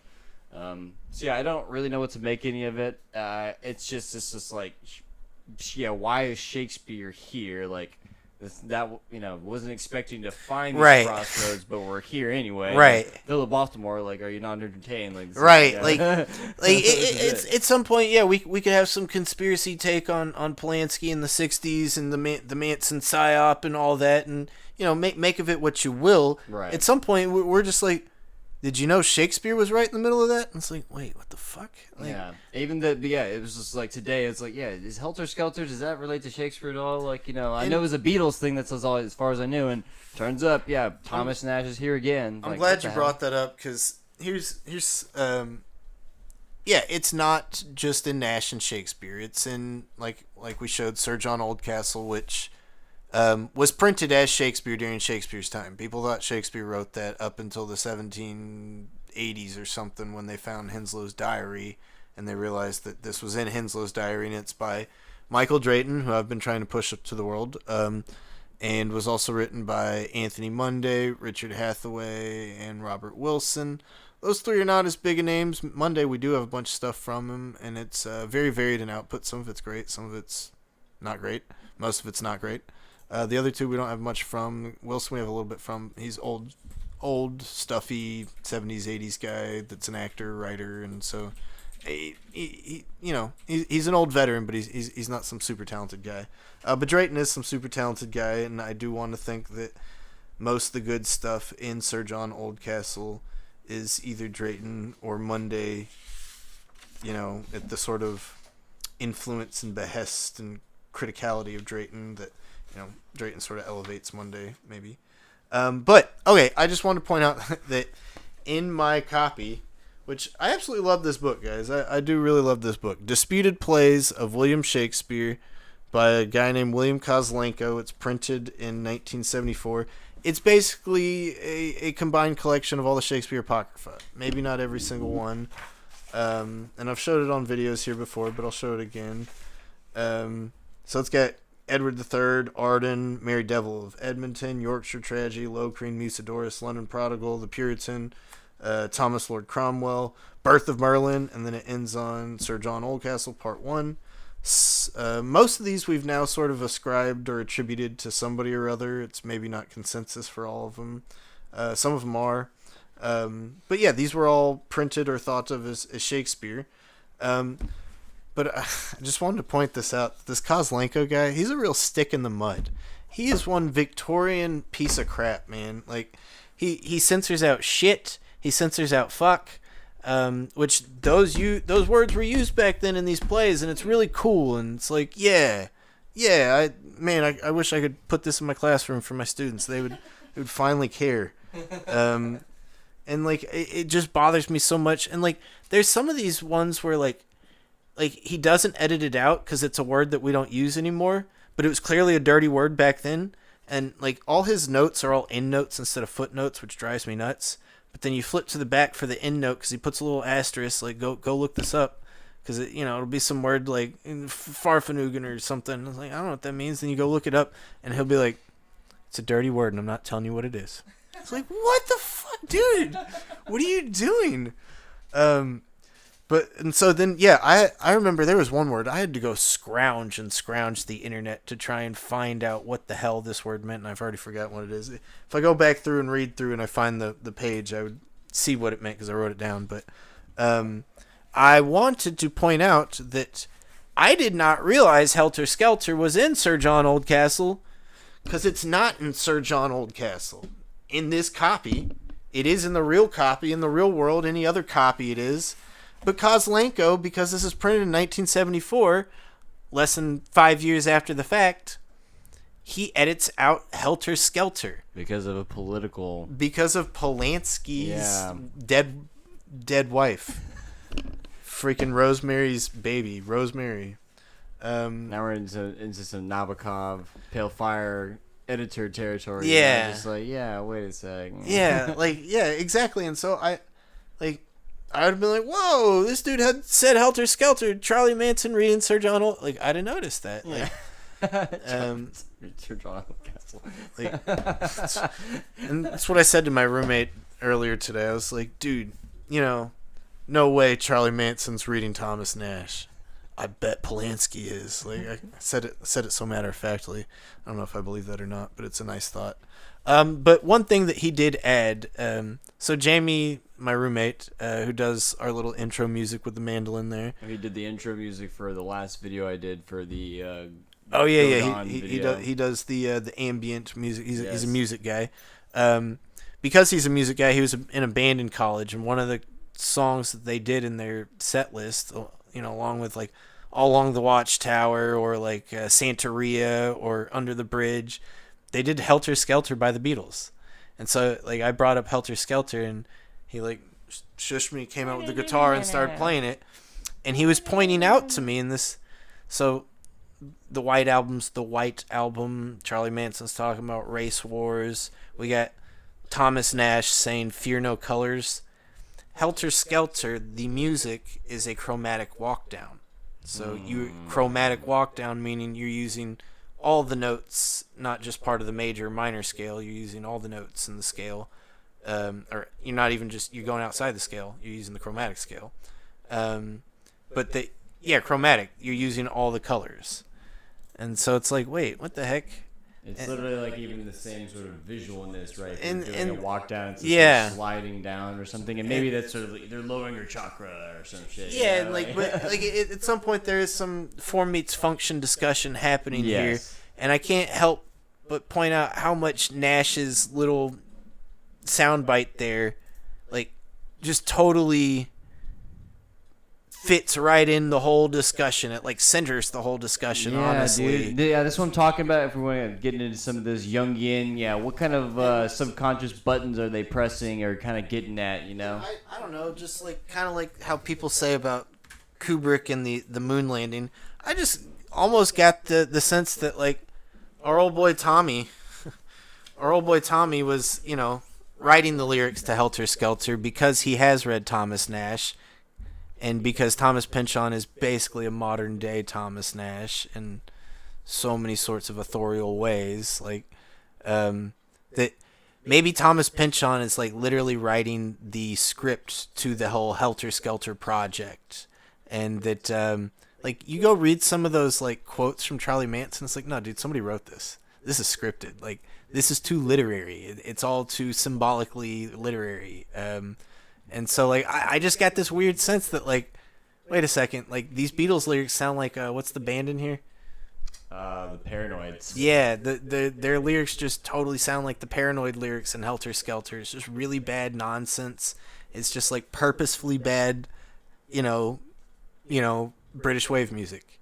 That's, like, literally what it is. And, like, that's what the band does in this. And so I was like, I don't know, that just feels like something, but, like, I was also just getting the sense, separate from the Beatles song, that like some of the stuff Charlie Manson says, it's like, dude, this reads like a freaking Pynchon or Hunter S. Thompson character, one of these noited out 60s heads. And I know that's what he's trying to capture, but like they seemed a little too archetypically that. They seemed a little too prototypically that thing, that it seemed calculated like an act. And that's just from me reading it, but like, I don't know. So I just like, I wonder, like, yeah, the guy that doesn't get to put out another novel till 73, what's he doing in the meantime? Like, why does it take Kubrick so long from Strangelove to 2001? What's he doing in the meantime? Like, I don't know, dude. Like, is Thomas Pynchon writing some of that stuff? And if so, it's like, that's why it's successful. They're getting their top brass guys on it. And like, brass, you see that? See what I did there? The horn. Oh. Sorry. It was good. It wasn't a stretch. Not a stretch at all. Okay. I guess I would kind of back up our thesis for Sack stuff about having the most educated, witty, I don't know, word-minded folk to embark on that stuff. The people, also the people that just understand narrative. And you already said it just a minute ago, but we should not see too much of a distinction between like arts and intelligence and all that sort of stuff too, because I never thought about it in this sense about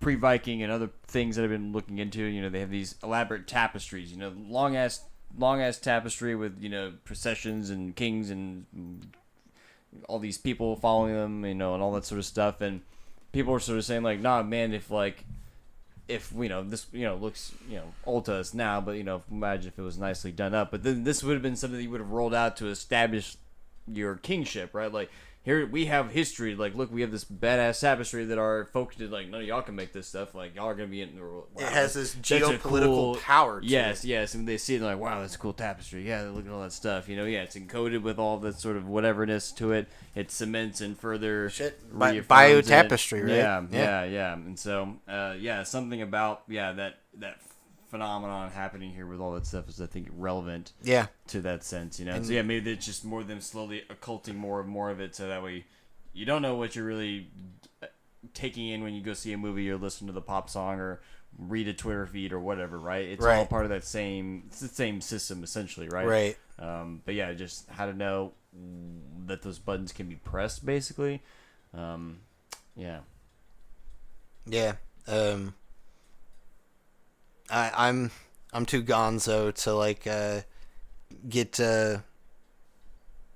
defensive about it. Yeah. You know what I mean? Like in my younger years, oh, you got to do this, you got to do this, and shout out to Derek Bros and that whole crowd that are doing that stuff, and I'm not saying it's wrong to do that, but like it's not my angle, it's not my bag, because at some point, like I don't want to be the guy that undoes Pinchon. I just kind of want to be Pinchon, and like I can't like lie to myself about that. Like I just can't. I'd love to be the guy that uncovers Shakespeare, but yeah, I would a million out of a million times pick just to be Shakespeare, like and I don't know that either of those are in my choice options, but like if I do get my choice, sorry Miles, I'm siding with the I don't know. It's like when you read. So we already brought up Nabokov, and Nabokov probably knowing maybe something or having intimations about something, but it's like, yeah, if we think that there's sack stuff in something like Pale Fire, like how hard did Nabokov look into this himself? Did he just kind of get like, yeah, I'm sensing a wave, or I know something's amiss here, maybe he can't just autistically list out the dates and the connections and right. blah blah blah, but he just knows enough of the words and a good layout of history to be like, there's enough distortions right here. There's enough distortions to just know that this is not authentic in a certain sense, and like, maybe he's like us and be like, I kind of like this Sydney guy. There's a kind of a gap, and he gets the Shakespeare stuff. And, I can kind of see at least a transition from this to this. It's possible. Yeah. Like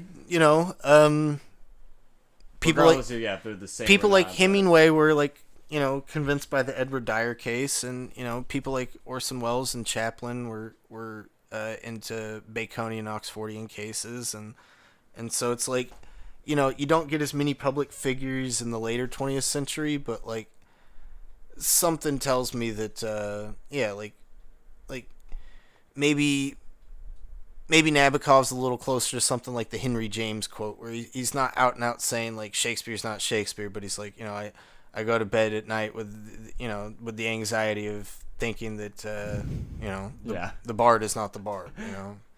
I totally butchered that Henry James quote, but something to that extent, and like at some point, like Nabokov is as good as Nabokov is because Nabokov is constantly reading and writing and engaging with these super powerful texts. Like English is his third language. Like he didn't learn it till he was older.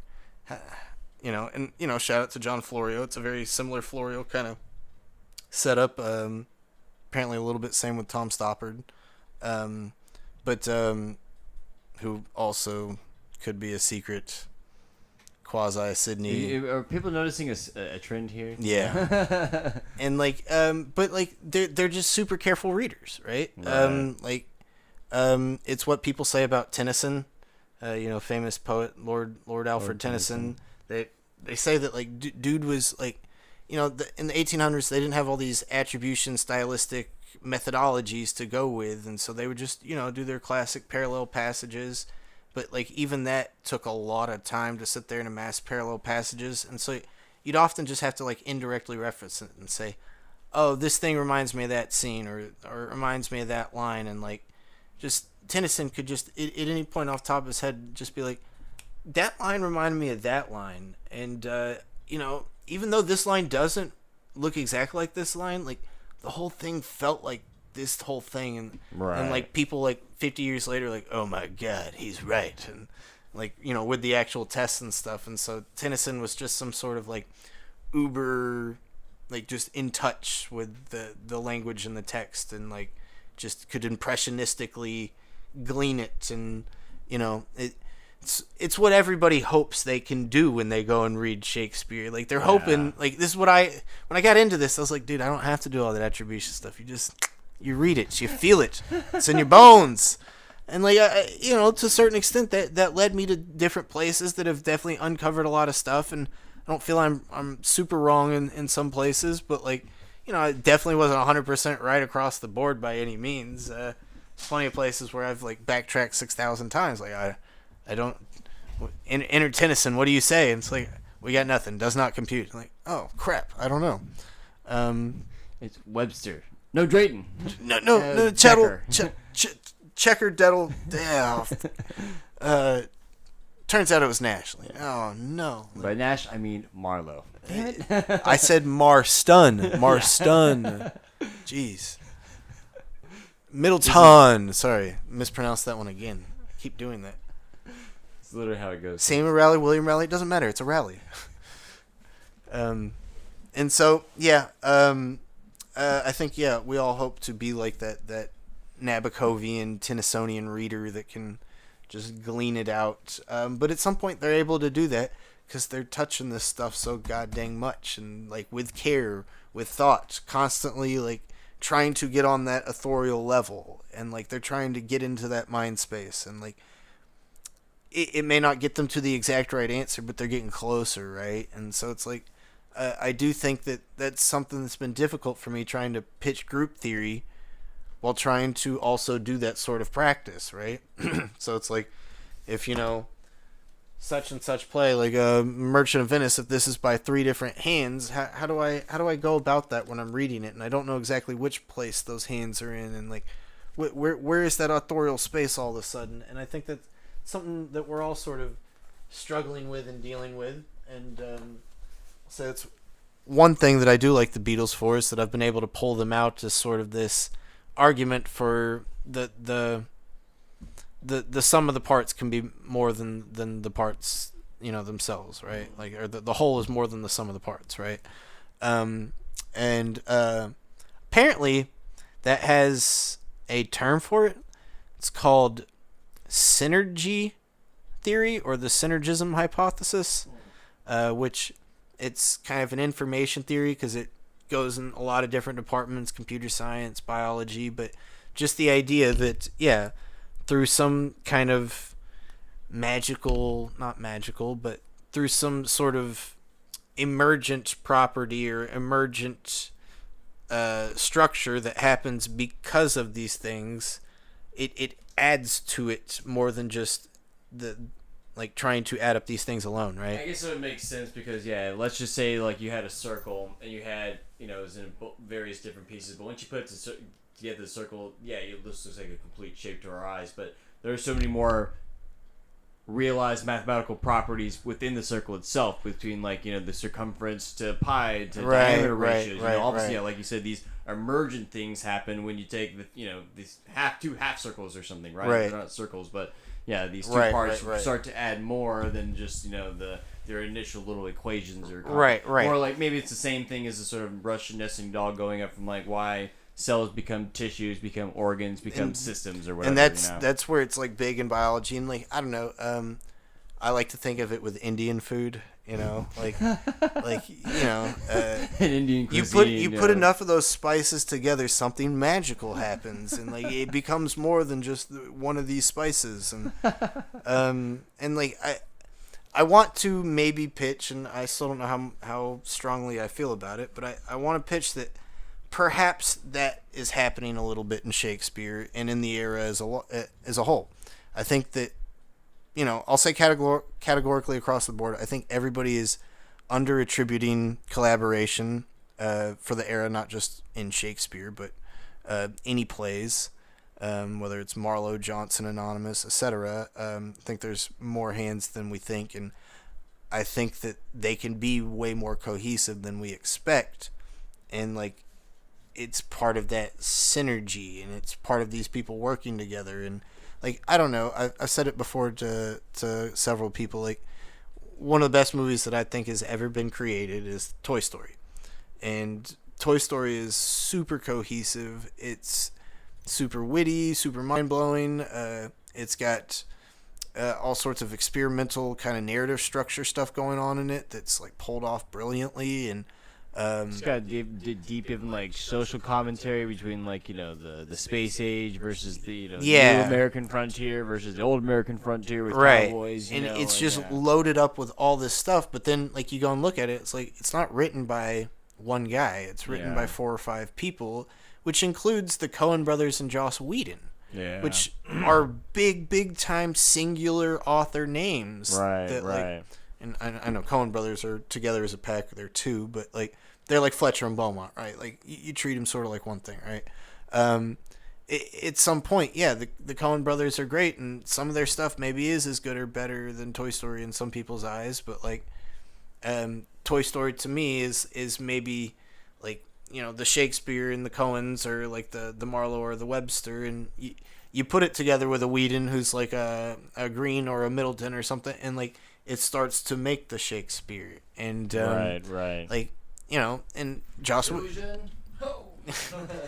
and so like I do want to pitch that, but I don't think that it's all just happiness and sunshine. I don't think that it's all these guys just like, oh boy, I love working with you, and wow, hold on, you be genius here and I'll be a genius here. Like, I don't think it quite works like that. I do think that there's antagonism. I do think there's gaps. To bring in our True Detective analogy we brought up before too, the Fukunaga versus Pizzolatto antagonism reported, and maybe that's why it is a lot better, right, in a sense, right. Because like I don't know, at some point that there's just weird gaps in plays. Like I've mentioned it before with Henry VI Part 1, which is one of the reasons they think Nash wrote this act, is that Henry VI Part 1, one of the sort of bad guys is this bishop who becomes a cardinal. Well, in Act 1, he's already a cardinal.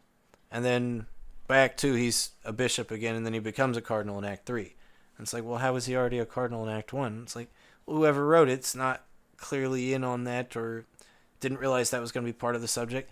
At some point, it didn't really matter, because we're all reading it, and we all still got the goddamn play, and then we're all like, but like, that's a case where the antagonism makes a weird guffaw or gap, but sometimes the antagonism makes something richer, like in Macbeth, right? Where it seems like the original Shakespearean hand had a more holy, supernatural, more godlike, fate-like rendition of the witches, more Norn-like, right? But then we get this Middletonian interpolator that's putting in these goofy Hecate scenes with these goofy suburban old hag witch ladies. A lot of people think that ruins the play, but for me it makes the play entirely stronger, because if the Norns are just the fates, then there's no real arguing with it. It's just what it is, There has to be something still undercutting our sense of trusting the supernatural, or even accepting the supernatural as supernatural.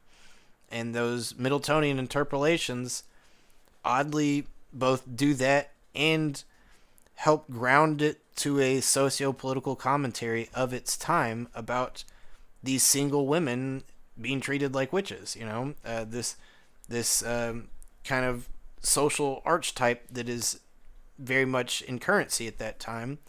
It's getting to latch onto that and latch it to the Norns, which is something you've sort of lamented or sort of complained that, like, we're getting this weird whitewashing or dumbing down of what is these sort of powerful pagan structures, but like it is the release of that energy in the whitewash that Shakespeare is capturing.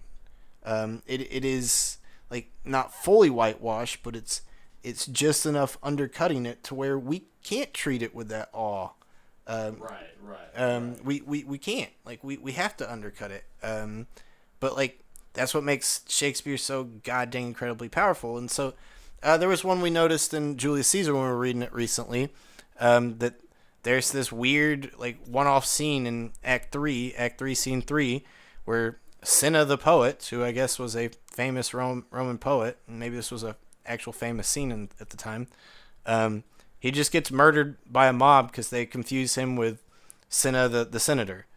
And he's like, it's not me. And then they freaking kill him, man. But then more like 4 or 5 scenes later, on into Act 4, this poet shows up. And if you go check the dramatis personae, there's only one poet listed. So seemingly the same character and same part. He never when he comes in the second time, he doesn't call himself Cinna the Poet. He comes in like kind of making a joke though or whatever, right? He's like, "Oh, I'm supposed to come in and like prevent Brutus and Cassius or whoever it was from fighting, and it's just and it's like, wait, bizarre. Isn't he dead? Yeah. Like he got killed by the mob. It's like it's not a different poet. It's the same poet according to the dramatis persona. Like the cast list, it's the same actor. Shouldn't he be dead? But then you go back to that scene. It's like, usually in the stage stuff it says he dies or he's slain. It never says anything. It says he says like they take him away, I think is what it says. Or they say they're gonna take him away, but we don't even get a stage direction. It just says, and then so it's like, I guess they killed him. But then like he shows up a few scenes later, and it's like, either way, like we didn't get closure from that scene. Why was that scene in there? Was that interpolated, or was that written in collaboration? And the guy that wrote Act 4 just didn't realize that like. Why is there the disconnect? And like anybody that wants to say Shakespeare's so cohesive, go read again. There's these weird gaps and guffaws, and I've heard people say, well, it's hard to keep a play perfect. Just one person could have that, but it seems weird to me. It's like, we're gonna cut away. It's like Antony has just sent the mob away. He's just riled them up. He's like, okay, this is where it goes. And then, they want to show you killing this random poet dude. And it's half a page long. Yeah, it's not very long at all. It's really quick. And I've tried to like maybe talk to you about, maybe it means this, maybe this is, because of the unleash of the mob, now poet or art is going to suffer or something, but we're having to go to these extra assumptions about like, maybe is this why this is here? Is this why this is here? Rather than some other sort of like, and it could be artifact or whatever, right? And like those things could be why it got interpolated into there even, or that is right. Exactly. Like we don't know, and like it just seems goofy, like and it doesn't get mentioned all that often when people talk about, critiquing Julius Caesar. It's like, I don't see people bring up this weird gaffe in this, like, poet, plot. So, yeah, and, like, honestly, there's probably something like that in every Shakespeare play. Like, it definitely abounds in Timon, which is why Timon doesn't get touched like it should. But at some point, who cares? It's fine if you have a one-off plot hole. Sometimes those plot holes make something richer and more enticing. And then other times, if it's a gaffe, you just get past it and you keep going with the rest of the play because it's still gold. It's my 2 cents on it. And maybe these aren't gaffes and this is all code and there's something that we need to uncover there and yakety-blotty. I don't know. But I guess on that note, so we covered a lot of ground, covering a lot of whale oil stuff, connecting whale oil to American, illiterati, just how it goes. It's just literati. I guess it's not illiterati. I'm just combining Illuminati with it. Illiterati. That's the new Patreon group here. Join our illiterati. That's what somebody's gonna all right, pejoratively call us. Yeah. But well, thanks y'all for hanging around. Whoever still left here at the end of the stream, it was fun just to kind of ramble here at the end and talk about all that stuff. I don't know if there's any good comments I can't see from my part of the screen.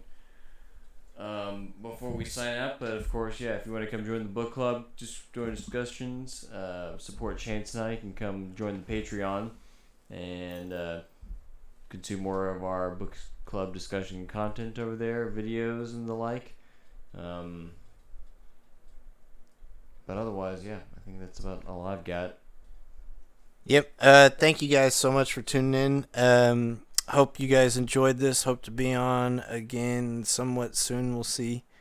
May have some stuff cooking up in the works on Labio. I've been dancing around that for a while. Maybe kind of like we've been dancing around the topic in this video. But I'll get to doing some Labio discussion and see who that does or doesn't refer to. Been doing a lot of Arden of Faversham reading and going down the whole rabbit hole of, is it a kid play or a Shakespeare play? And of course, if you're Bob Prechter, it's like, well, that's the same guy. But ironically, Prechter says that Arden of Faversham is mostly by the real Christopher Marlowe. and that's one of the absolute rare cases where DeVere collaborates. No idea why he says that, other than his own Tennysonian-like readings of it. But yeah, that art and stuff is messy, it is nasty, and I think that even Shakespeareans, even the Orthodox, are like, yeah, this has to be written by more than one guy. And of course, the kid people are like, prove it. And now the Shakespeareans are like, oh shit, how do we prove this? And I'm like, yes, please let me know how to prove it so I can start doing that, because I have no idea how to go about this either. So it's a real time thing, and we'll see what that ends up producing.